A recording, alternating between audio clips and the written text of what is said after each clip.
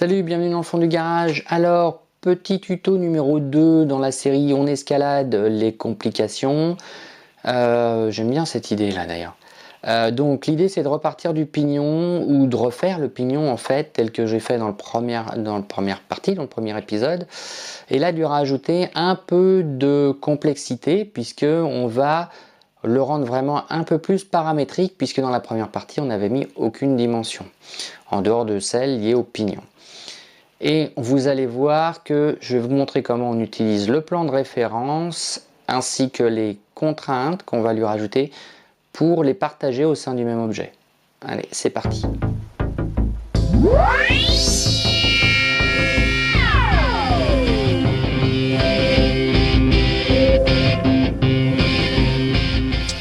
Et nous revoilà avec la deuxième partie sur notre fameux petit pignon qui est pour débuter pas mal, pour tester. Il y a quelques interactions qui permettent de découvrir. Qu'est-ce qui va être différent dans cette version-là? Et bien, comme vous avez pu le voir, on a utilisé les pignons, les différents sketchs, sans qu'ils fassent référence les uns aux autres. C'est-à-dire qu'ils sont indépendants et liés uniquement avec cet axe-là, enfin ce plan-là. De ce fait, lorsque l'on commence à vouloir modifier les éléments, on peut les modifier, vous avez vu, en diamètre, là, ou en épaisseur, tiens. Mais vous allez avoir du mal si vous voulez, par exemple, agrandir le pignon en largeur, vous allez être obligé de reprendre tous les autres.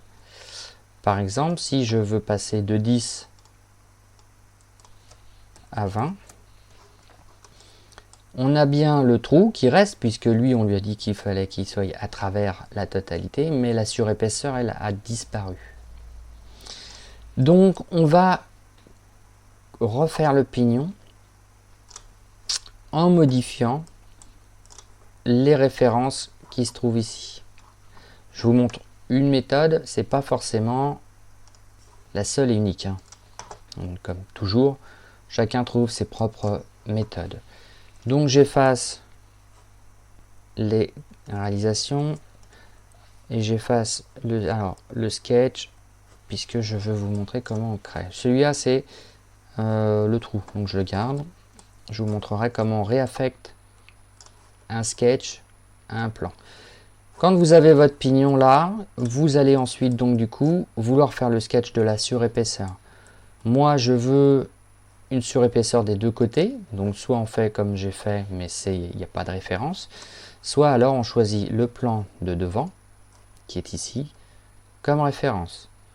Auquel cas je l'ai sélectionné, il est surbrillant, et je crée le sketch.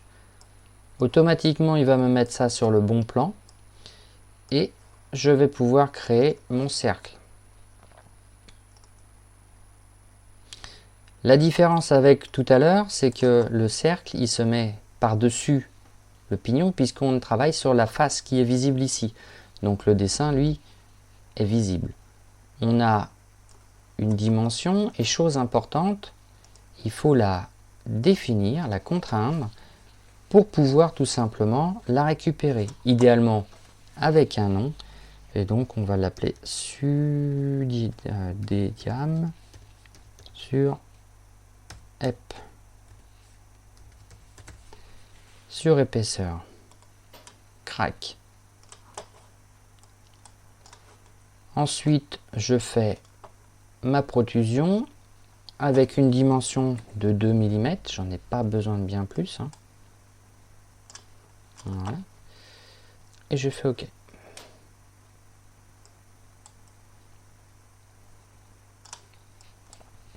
On a donc notre partie de ce côté-là. Et je refais la même chose de l'autre. Je crée un sketch avec un cercle et je vais lui mettre une contrainte. Alors je pourrais lui mettre directement le diamètre, mais je vais choisir tout simplement de faire référence au diamètre. Alors c'était le sketch.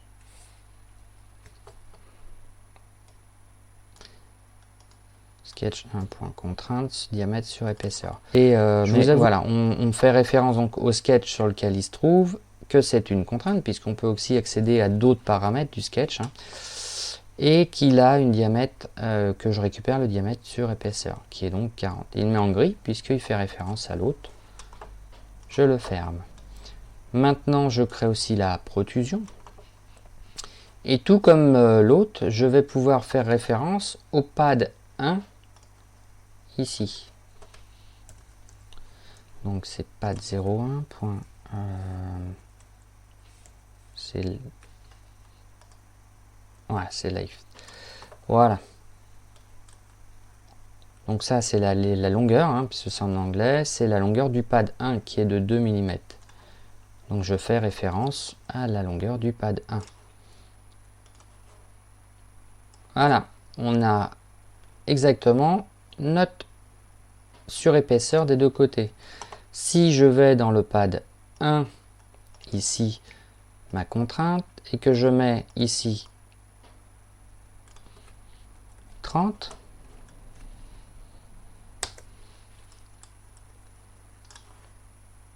j'ai d'un côté, il va rétrécir, mais de l'autre aussi.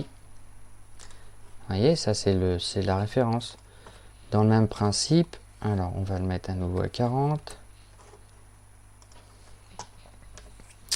Dans le même principe, si je le vois de manière à plat, si je fais une modification de l'épaisseur du pad 1, de la première épaisseur, je le passe à 5.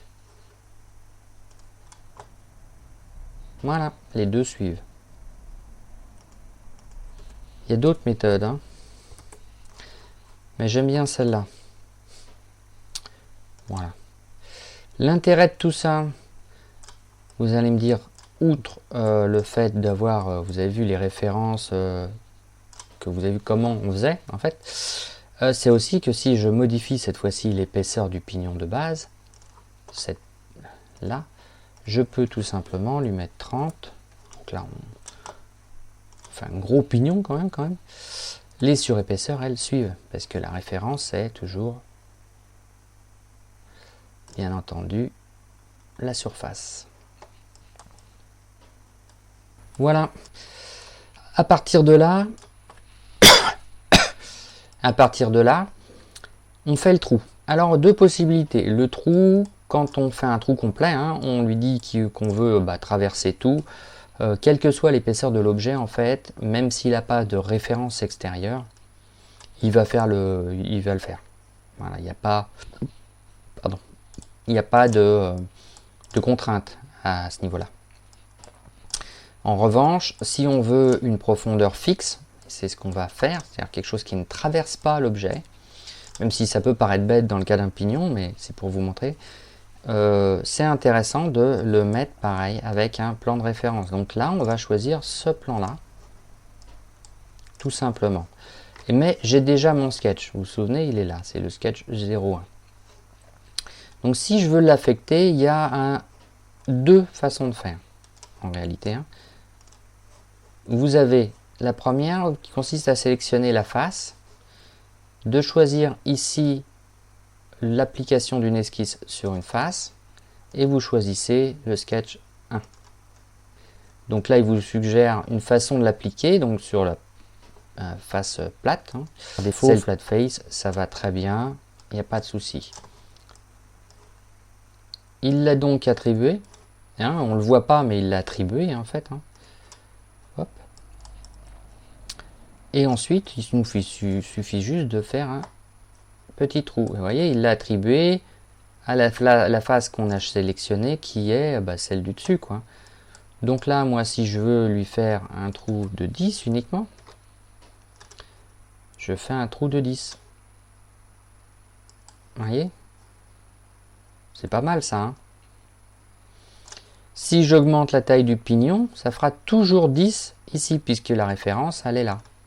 Si j'avais fait autrement, avec, comme j'ai fait tout à l'heure, symétrique au plan, ou pas, d'ailleurs que d'un côté, j'aurais toujours eu comme 0 le plan, et non pas le 0 ici, avec une profondeur dédiée. Ça, c'était la première façon. On enlève. Donc l'autre façon, je suis désolé, hein, j'ai remis à 0 pour vraiment vous montrer qu'il n'y ait pas d'interaction. Donc ça a coupé.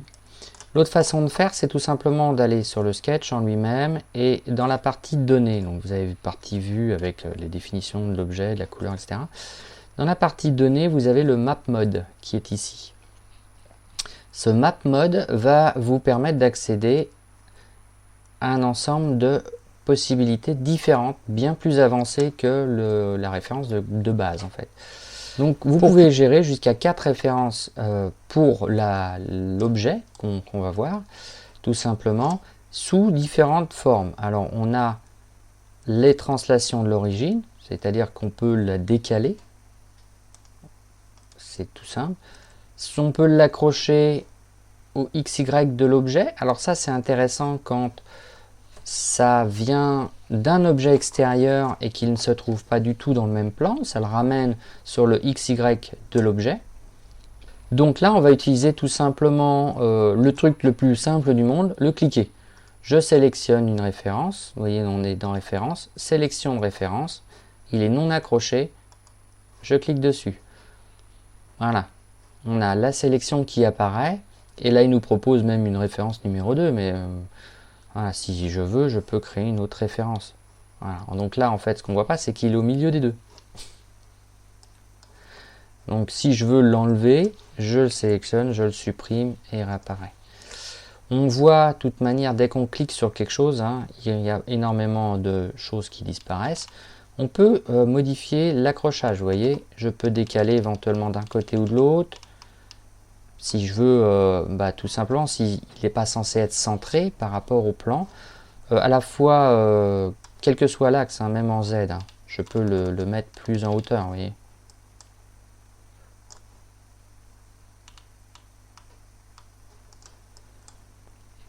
Donc ce menu-là est un menu qui nous permet quand même de faire des accroches bien plus avancées que ce qu'on a l'habitude de voir. Voilà. Donc c'est déjà un niveau au-dessus.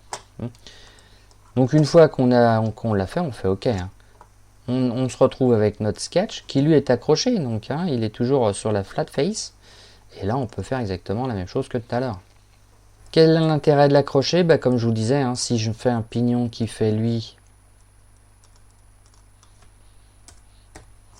30, ça suit. Voilà, la profondeur est toujours la même. Alors par défaut, je pourrais aussi créer à nouveau un truc qui me fait un trou à travers tout et juste avoir en fait qu'une petite partie qui est l'emboîtement qui suit la surface.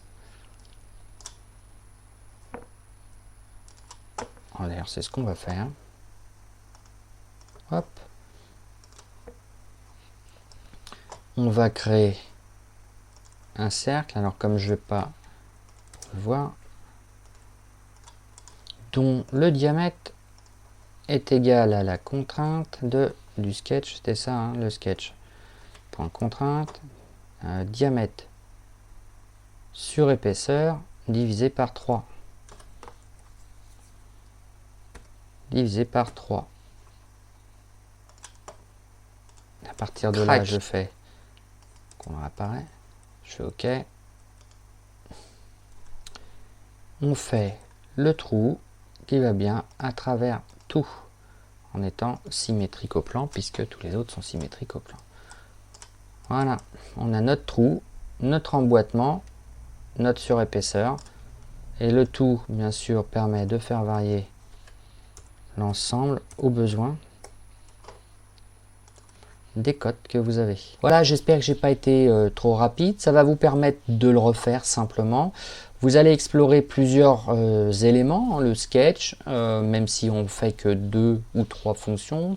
Néanmoins, c'est quand même des fonctions intéressantes. Les références externes au sein de l'objet, mais qui sont aussi valables lorsqu'on commence à sortir de l'objet, puisqu'on fait référence au sketch dans lequel ils sont mises les contraintes. Hein. Le petit souci, vous avez bien compris, enfin le souci, c'en est pas vraiment un, c'est qu'il faut quand même prendre le temps de nommer tout ça. Donc c'est parfois très compliqué.